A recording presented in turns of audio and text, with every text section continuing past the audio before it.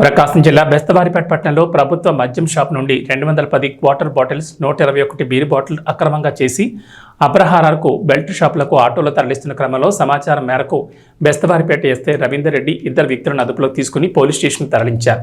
Case నమోదు చేసుకుని విచారిస్తున్నారు.